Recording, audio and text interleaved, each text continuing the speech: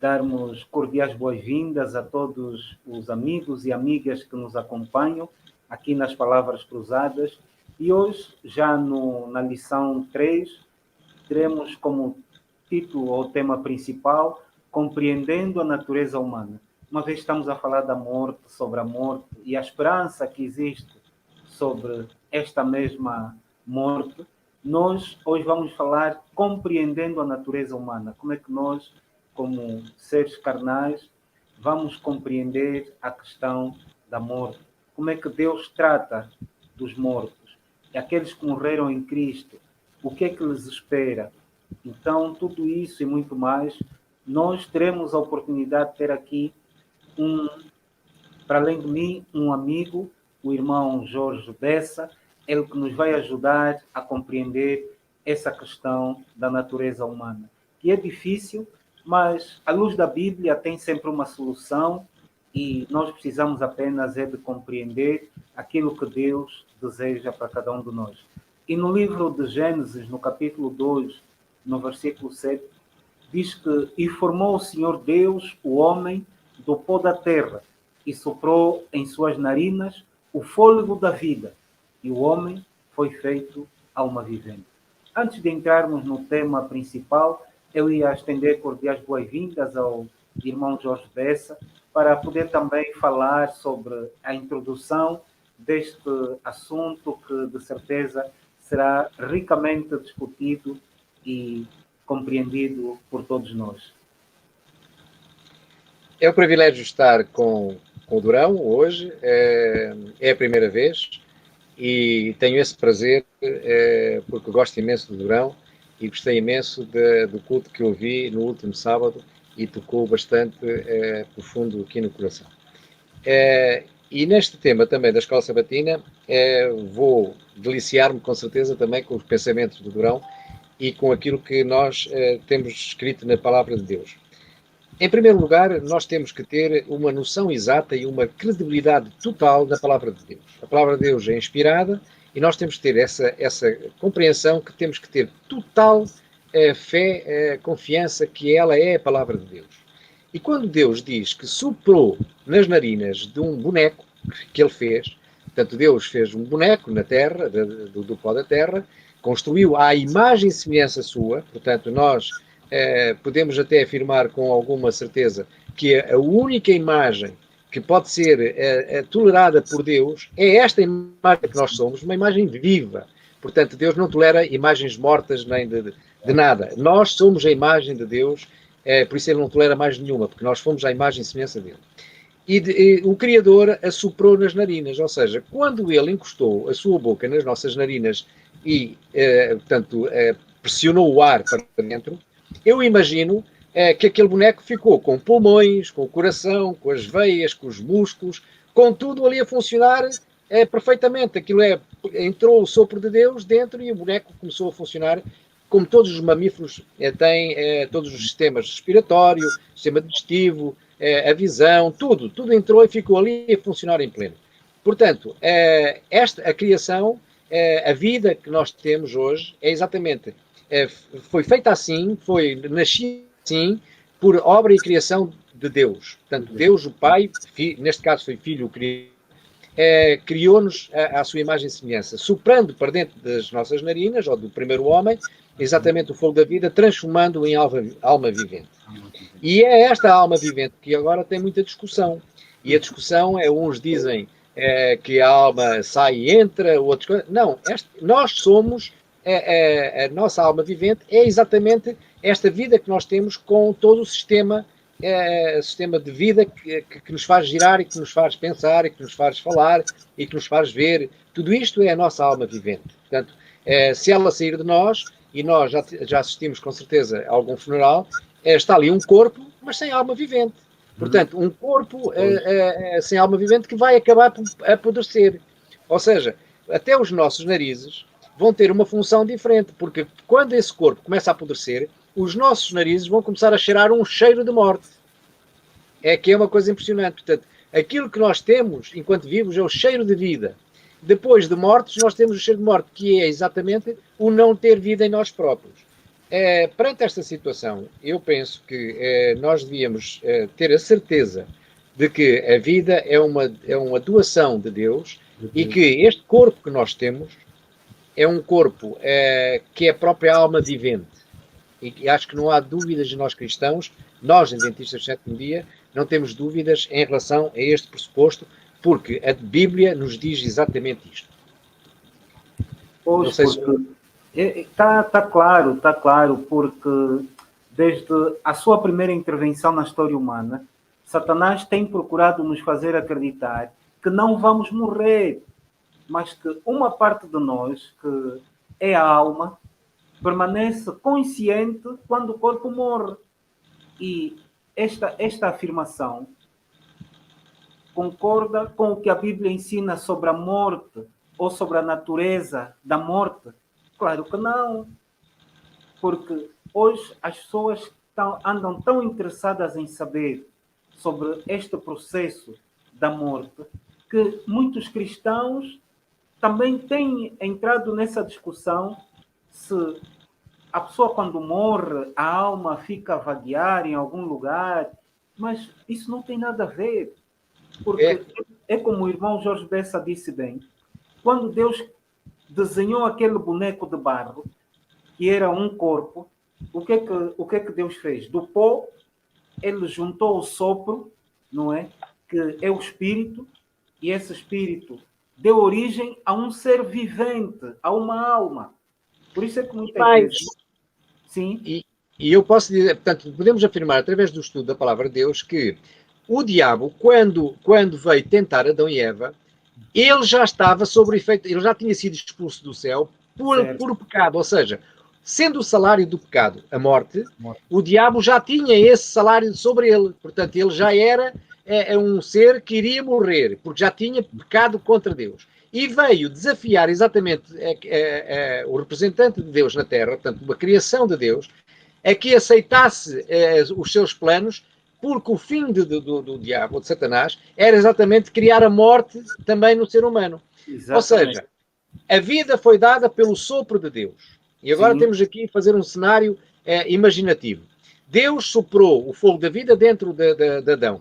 Adão estava perfeitamente vivo e consciente da sua vida, e Deus tinha-lhe dito que havia um marco que ele tinha que respeitar. Não podia comer de um determinado fruto de uma árvore que, se comesse, ele ia deixar de ter esse sopro da vida. Ou seja, deixava de ter vida.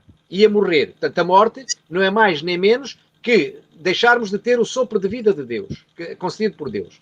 E, portanto, o que é que o diabo veio conversar com Adão e Eva? Com palavras mansas, através de Eva, veio convencê-la que, se comesse, não iria morrer, ou seja, não iria perder o sopro de vida. Ia continuar a coisa, só tinha até tinha um privilégio que ia saber o bem e o mal, tal e qual como Deus sabia. E, portanto, ia até ficar melhor, porque ia conhecer uma coisa que não conhecia. Ora, esta conversa foi exatamente para, desculpa a expressão, untar o pensamento de Eva, para Eva começar a ser iludibriada e comer do fruto da vida, porque, comendo, não iria morrer logo. Não ia ser como se fosse um botão. Comia e à primeira dentada caía para o lado. Não era esta a situação que ia acontecer. Mas iria perder o fogo de vida, ou seja, iria perder aquele sopro de vida que Deus deu, ela iria perder esse privilégio de o ter pela eternidade, perpetuamente. Ela e quem comesse, não é? E Adão também comeu por simpatia, por gostar muito dela, foi e comeu também.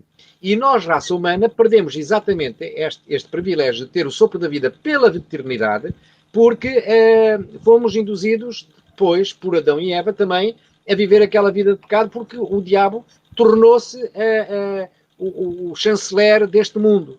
Ou seja, nós deixamos de ser perfeitos em Deus, e Deus teve que ter o tal plano, porque Deus Criador, agora também temos que imaginar, Deus, quando estava a fazer o boneco, já tinha um plano, se a coisa corresse mal, é que ia intervir. E então, qual foi a condição? Quem soprou nas narinas foi o agente que foi, vamos lá, portanto, que teve que ter a incumbência também depois de vir salvar. Exatamente. E eu acho que isto é maravilhoso. Ou seja, o mesmo que soprou o fogo nas narinas de Adão, ele teve que assumir também uma situação depois de vir resgatar exatamente essa morte foi provocada pelo diabo e então Cristo, que é o agente criador, veio ter que vir à Terra para suportar todo o pecado da humanidade e, como não pecando, tinha o direito de ressuscitar ao terceiro dia. Esta é uma situação que é tão linda e tão maravilhosa de estudar, é que se Jesus pecasse, não ressuscitaria ao terceiro dia. Mas Jesus, não pecando, levaria os pecados todos nossos e tinha o privilégio de ressuscitar ao terceiro dia, vencendo com isso a morte. E como ele é o dono da vida, ele próprio renasceu. Amém. E, portanto, esta é uma maravilha que nós temos e que eu penso que o Durão poderá até ajudar mais neste contexto, ajudando-nos a perceber isto neste contexto e que até é fácil de entender, mas às vezes até parece um bocado difícil, embrulhado, mas que é fácil de entender. É um boneco que é introduzido o fogo de vida, que vive, mas tem que viver sem pecado. Pecando, está sujeito à morte. Quem é que tem que fazer esta restituição? Alguém que é o próprio Criador, que tem que vir em resgate, não podendo pecar, e esta é uma condição sine qua non, portanto, Jesus não poderia pecar de forma nenhuma para conseguir resgatar o homem e ressuscitar ao terceiro dia e dar a plenitude outra vez, só que agora há um intervalo. É o intervalo enquanto Jesus está no santuário, e este faz parte do protocolo da salvação. Jesus ainda está no santuário, neste momento a acabar exatamente a função, para um dia, quando receber a ordem do Pai, vir exatamente buscar todos aqueles que foram que morreram nele, ou seja, que morreram em Cristo. Ou seja, vamos ressuscitar porque morremos em Cristo. Alguns vão ter o privilégio nem passar pela morte, não é? Mas esses serão aqueles que vão estar no fim, não é? Sim. Por isso é que no processo de criação nós vemos 3 elementos: corpo, espírito e alma. Embora apenas 2 fazem parte da natureza humana, que é o corpo e espírito. Por isso é que nós não temos alma, mas nós somos alma vivente. Exatamente. Não é? Nós não temos alma em nós. Esta é a confusão do homem, porque diz que a alma é uma coisa que sai e que é etérea. E é esta a situação que causa confusão no ser humano. Exatamente. Por isso é que muitas vezes ouvimos que haviam no estádio 60.000 almas. São pessoas, seres morais. Exatamente. É mais nesse sentido. É assim que nós devemos compreender o processo da vida, o processo de criação de Deus. É como nós dizermos no nosso português, até entendemos. Quando às vezes estão a dizer, a alma do meu corpo é o coração. É uma coisa carnal que está cá dentro. A minha alma é o meu coração. Portanto, às vezes entendemos isto desta maneira, mas depois, na parte filosófica, entendemos que a alma é uma coisa imaterial.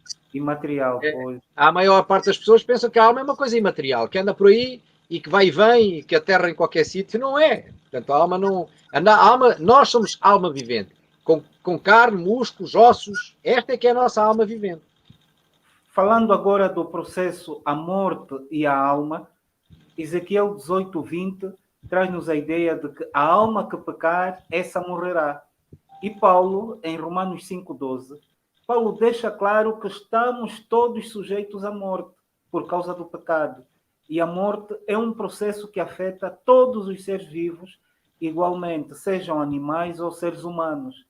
E ao perdermos o fôlego da vida e tornar-nos num corpo inerte, deixamos de ser seres vivos, ou seja, almas vivas. Portanto, toda alma morre, justa ou injusta, e, no entanto, justos se tornarão almas imortais, ou seja, pessoas, quando forem ressuscitados na segunda vinda de Cristo. E os injustos serão almas, pessoas mortas, ao sofrer a segunda morte ou a morte eterna, em um lago de fogo. É assim que nós compreendemos esse processo da morte, porque o grande problema é a questão que o inimigo lançou lá no Jardim do Éden, de que certamente não morrereis. E a partir dali entrou a ideia da imortalidade da alma, que infelizmente até hoje até no seio cristão, muitos têm caído nesta armadilha do inimigo. Nós por vezes, temos um problema que é grave quando misturamos coisas que são bíblicas com teorias que nós vamos aprendendo na escola e no ensino que nós vamos tendo na sociedade. A sociedade é muito platónica, acredita muito nas filosofias de Platão, ou seja, a cultura grega é muito, muito forte na nossa sociedade. E a cultura grega portanto, trouxe-nos todos esses fenómenos que hoje são aceitáveis pela sociedade como novas ideias, novas filosofias e companhia. E como o homem deixou muito a Bíblia para trás, nós temos uma dificuldade enorme de convencer o homem pela Bíblia. Porque hoje o homem diz que a Bíblia é um livro de histórias, de romance, um livro pouco aceitável, portanto, e o homem não acredita na criação. Porque se o homem acreditasse na criação, era muito mais fácil nós conseguirmos transmitir esta nossa interpretação, porque o homem tinha também um fundamento que era o fundamento que vem na Bíblia e, portanto, se houvesse esse estudo, havia logo nitidamente uma compreensão diferente. Agora, a escola adotou um sistema, a escola portanto, popular, portanto, da nossa sociedade, adotou um sistema, nada com as coisas de Deus. Portanto, retiraram Deus da equação. Quando o homem tira Deus da equação, estamos sujeitos a uma série de situações que podem até entrar dentro da nossa igreja. Porque quem é que nós convertemos? Nós convertemos pessoas de lá de fora. Pessoas que não têm esta fé. Pessoas que não estão muitas vezes arraigadas nisto. Ainda hoje eu estava a conversar com uma empregada que eu tenho agora na minha equipa e ela dizia-me assim, o Sr. Bessa é adventista. E eu digo assim, eu não te vou dizer se sou adventista ou não. E ela assim, mas é ou não é? Eu assim, só vais ver se eu sou adventista, se sou ou não, pelos meus frutos. Portanto, se eu der bons frutos, tu vais ver se eu sou adventista. Se eu dar mais frutos, eu não sou adventista. Agora, conheço pessoas adventistas.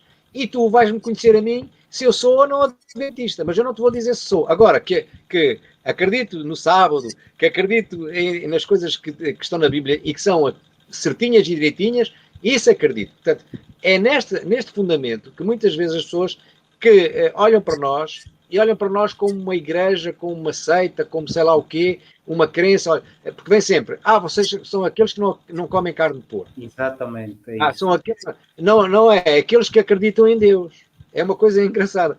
Vocês são aqueles que acreditam em Deus. Não, é aqueles que não comem carne de porco, aqueles que não sei quê, aqueles que não sei quantos. E eu acho que nós devíamos ser conhecidos pelos aqueles que acreditam em Deus. Ponto final. E, portanto, acreditando em Deus, nós sabemos exatamente o que é que somos. Porque Ele nos diz o que é que nós somos. Nós somos pó, que feito de barro, é soprado o fogo de vida, e nós, depois, esse barro anda por aí, correndo, saltando e companhia, de uma forma normal. Agora, para alguns, isto é uma coisa muito, muito, muito estranha, mas é isto a nossa vida. Nós somos exatamente isto, não é? Sem o fogo de vida que Deus dá, nós automaticamente vamos para a sepultura. E não há, ninguém corre, ninguém salta. Portanto, se nós não saltamos, como é que depois algo desaparece que não se vê de nós que anda para aí? É impossível, não é? Porque o que é de Deus volta a Deus. Portanto, o que é de Deus não fica solto. Portanto, o que é de Deus volta a Deus. O que não é de Deus volta ao pó da terra. É assim mesmo.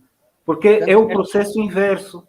Exatamente. Onde o pó mais o sopro é igual à alma vivente. Agora, a alma vivente menos o sopro é igual ao pó. Por uns dias ainda parece uma coisa normal, mas depois começa a putrefatar e acabou-se e desapareceu. E nós sabemos muito bem, hoje os cemitérios até nos dão esse histórico, ao fim de 5 anos podem-se levantar os ossos, praticamente já não está lá nada de coisa, é só ossos. Portanto, 5, 6 anos no máximo, tudo isto que nós somos hoje passa a ser ossos, não é? E, portanto, nós devemos entender isso bem. Mas para muitos é muito difícil entender isto. Não é Mas fácil. eu agora gostava que o Durão viesse para a parte da lição o Espírito volte a Deus, que aqui vamos perceber exatamente, acho que vamos perceber tudo, todo o pormenor e este encadeamento. Quando estamos na terça-feira. Na terça-feira acho que nós vamos começando a perceber melhor então este encadeamento da lição. Pois, porque aqui nós entendemos que a morte é um processo que é alheio àquilo que era a vontade inicial de Deus para o ser humano. Por isso é que Eclesiastes, no capítulo 12, versículo 7, diz que e o pó volte à terra como era, e o espírito volte a Deus que o deu. Ou seja, com a nossa morte, aquele processo inicial do pó, tal como já tinha dito anteriormente, o pó, naquele corpo de barro formado por Deus, mas o sopro de vida, aquele fôlego que Deus soprou para aquele boneco de barro nas suas narinas, fez então que aquele boneco se tornasse um ser vivo, uma alma. Mas o processo, com o andar do tempo, foi invertido. Ou seja, a alma, o homem, foi-lhe retirado o sopro, o fôlego de vida, o espírito, e tornou-se pó. A palavra de Deus é clara, e como disseste em Eclesiastes 12:7, é claríssima quando diz que o pó volta à terra, de onde veio, e o espírito volta a Deus, que o deu. Portanto, isto é claríssimo como a água, não é? Agora, se nós tivéssemos a imagem de aquele boneco, ora, o sopro foi dado, aquele homem viveu, aquele homem morreu, o sopro foi tomado. Ponto. Não há aqui mais nada. Estas duas entidades são supremas. É uma que volta à terra, volta ao pó, e a outra que volta a Deus. E ponto final. Mas aqui há um aspecto que nós precisamos deixar claro, que o espírito não é uma entidade consciente do ser humano que transcende a morte. Não é? Mas é o sopro de vida que foi dado por Deus, que é retirado. Por isso é que muita gente pensa, eu me comuniquei com o meu pai que morreu e ele deixou-me algumas recomendações e eu preciso de ter cuidado disto e daquilo. A gente que vive com esse sentimento. O meu familiar apareceu-me no sono e eu em sonho consegui conversar com ele. Então, as pessoas vivem fascinadas com essa ideia. E nós sabemos, tal como o irmão Jorge Bessa sabe, que no fim dos tempos, o inimigo vai fazer com que entes queridos falecidos, pessoas muito queridas nossas, vão nos aparecer. E se não tivermos o Espírito de Deus, vamos cair nesta armadilha do inimigo. Exatamente. O diabo vai utilizar todas as ferramentas ao dispor, exatamente para enganar aqueles que estão, e nós agora temos que perceber aqui uma questão. Quando nós estudamos a profecia, porque é uma profecia para mim, das 10 virgens, as que estão mal preparadas são exatamente essas que o diabo vai, com esses milagres, convencer. Porque não estando preparadas, não tendo o Espírito Santo fortalecido dentro delas, vão acreditar nas coisas que são parecidas com a vida espiritual. O diabo vai fantasiar coisas espirituais de maneira a que aqueles que não estão solidificados na palavra de Deus vão cair. Por isso é que nós devíamos ser cópias de Jesus. Jesus diz, está escrito. Ora, nós só sabemos verdadeiramente o que está escrito se estudarmos, se lermos. Certo. Agora, entrar na igreja e, como às vezes a gente percebe, pessoas que, e não é fazer crítica a ninguém, é uma constatação, há 80% ou 90% de pessoas que andam nas igrejas, que frequentam a igreja todos os sábados e outras frequentam aos domingos noutras igrejas, que o conhecimento que têm da palavra de Deus é quase zero.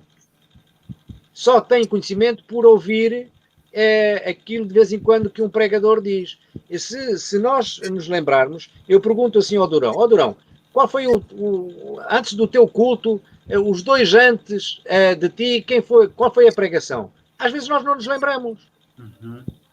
A gente lembra-se daquilo que está mais perto. Eu lembro do teu culto, foi agora o mais próximo. O anterior, eu já digo assim, então e quem foi o anterior? Quem fez o anterior?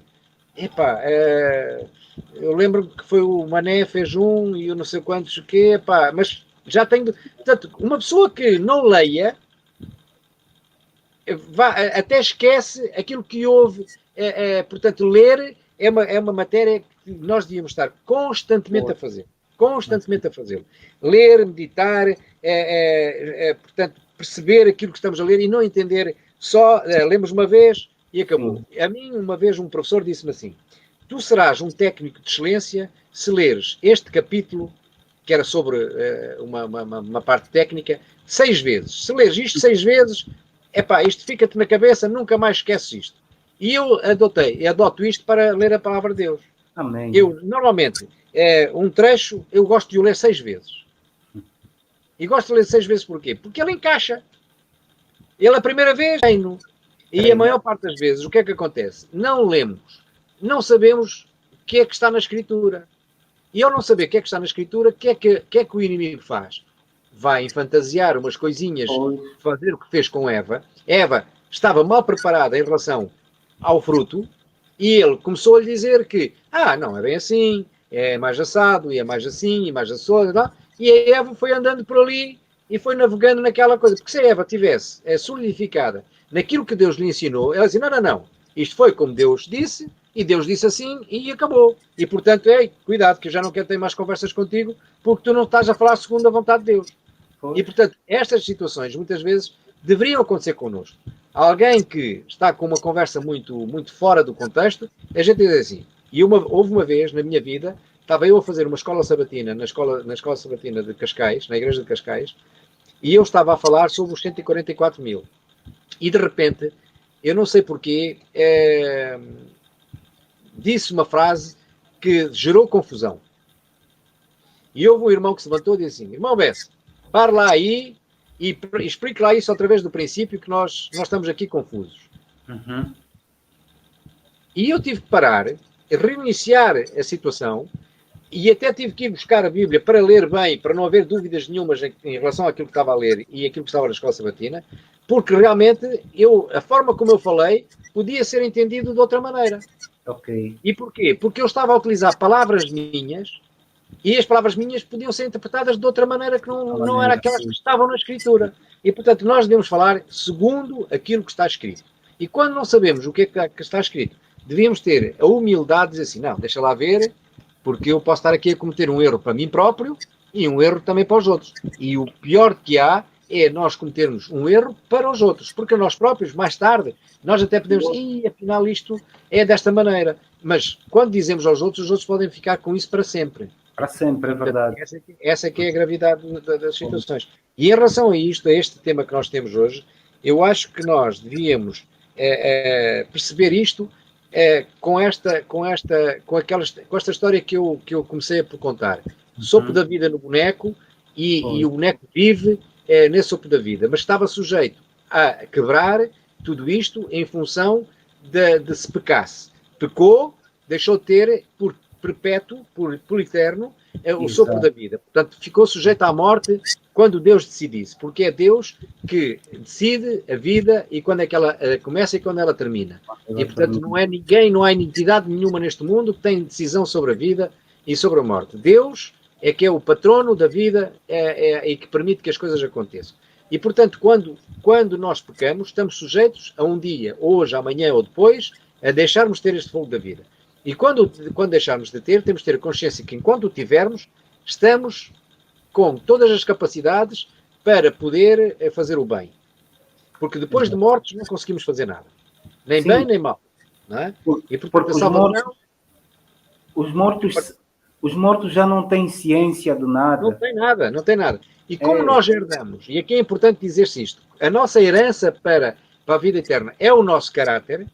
Nós devemos, enquanto vivos, viver uma vida com um caráter sujeito à vontade de Deus, porque é esse caráter que nós vamos ter para o resto da vida, para a nossa eternidade. A eternidade. Portanto, não é uma coisa que a gente que possa passar de lado. É o caráter.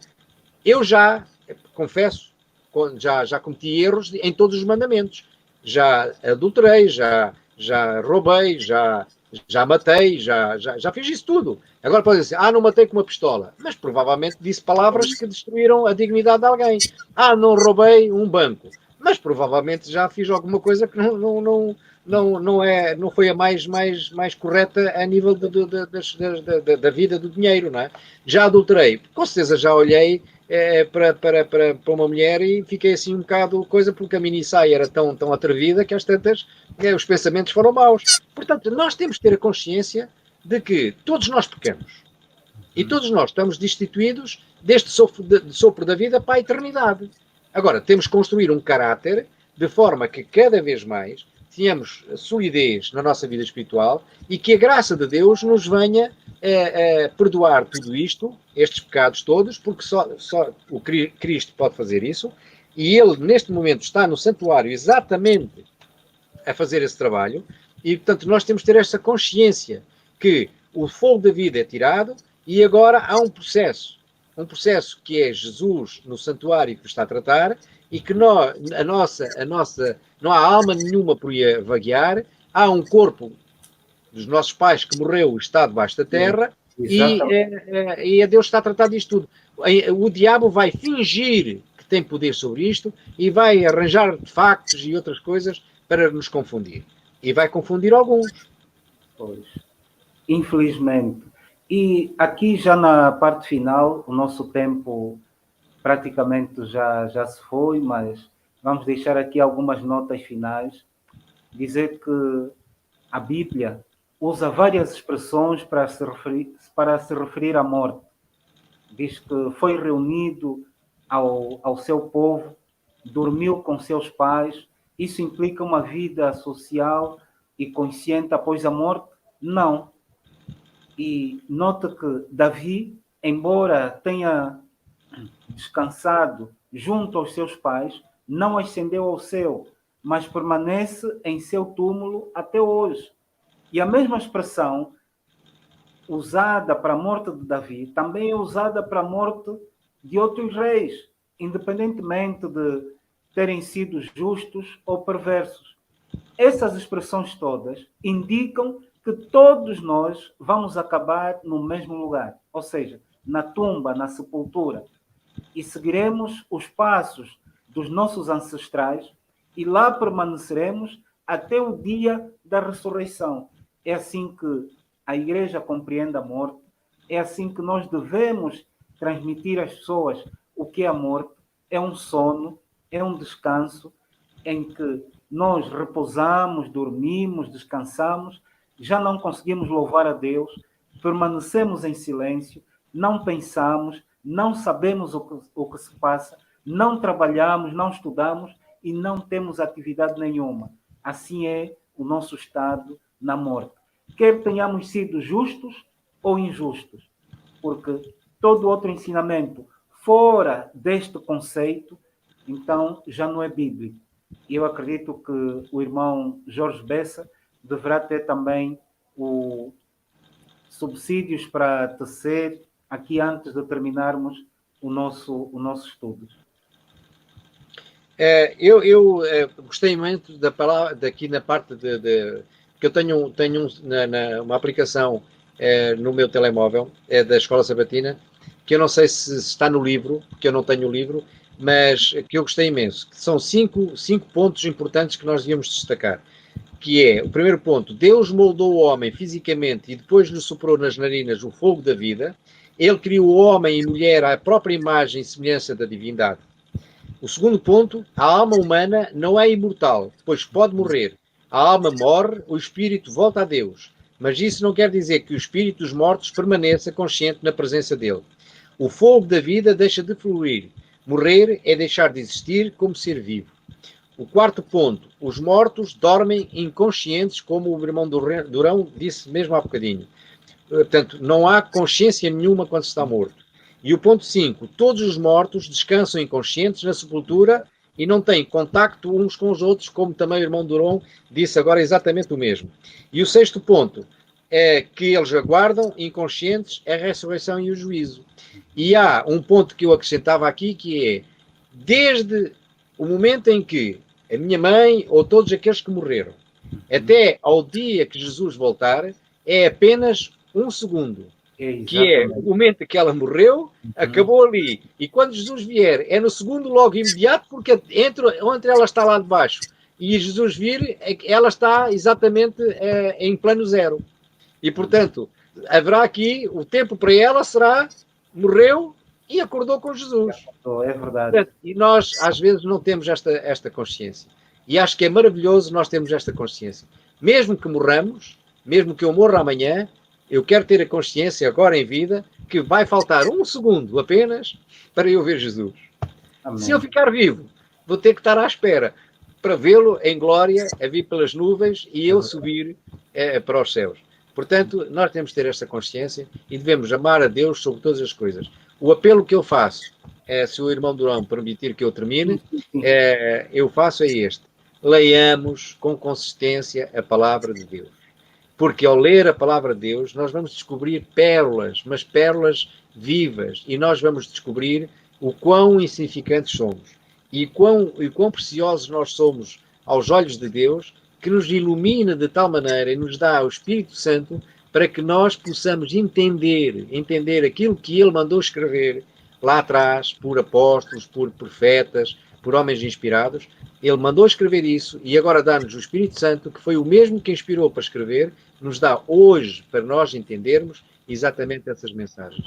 Que nós possamos, verdadeiramente, todos, nós os dois que aqui estamos, mais o nosso amigo Ruben, que nos está a ajudar, portanto, tecnicamente, nós possamos um dia estar nos céus, a falar assim, como se estivéssemos hoje a fazer a escola sabatina, possamos estar no céu, a debater este tema, a lembrar-nos. Lembras-te quando nós fazemos este debate e aqui estamos nós, com entendimento pleno?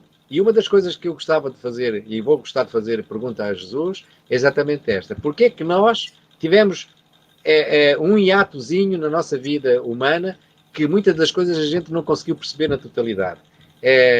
E para nós entendermos verdadeiramente tudo isto, porque a vida de Jesus e a vida de Deus e esta coisa que nós temos, que é o sopro de vida dentro de nós, é uma coisa espetacular.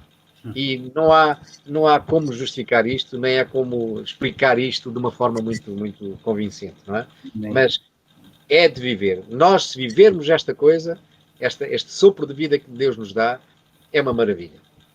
Amém. Amém. Então, agradecemos a presença do irmão Jorge Bessa. Foi uma primeira experiência muito gratificante.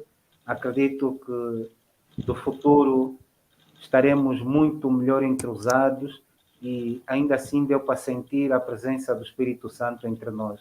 Então, ficamos aqui com a promessa de voltarmos numa próxima oportunidade. Bem-haja. Amém.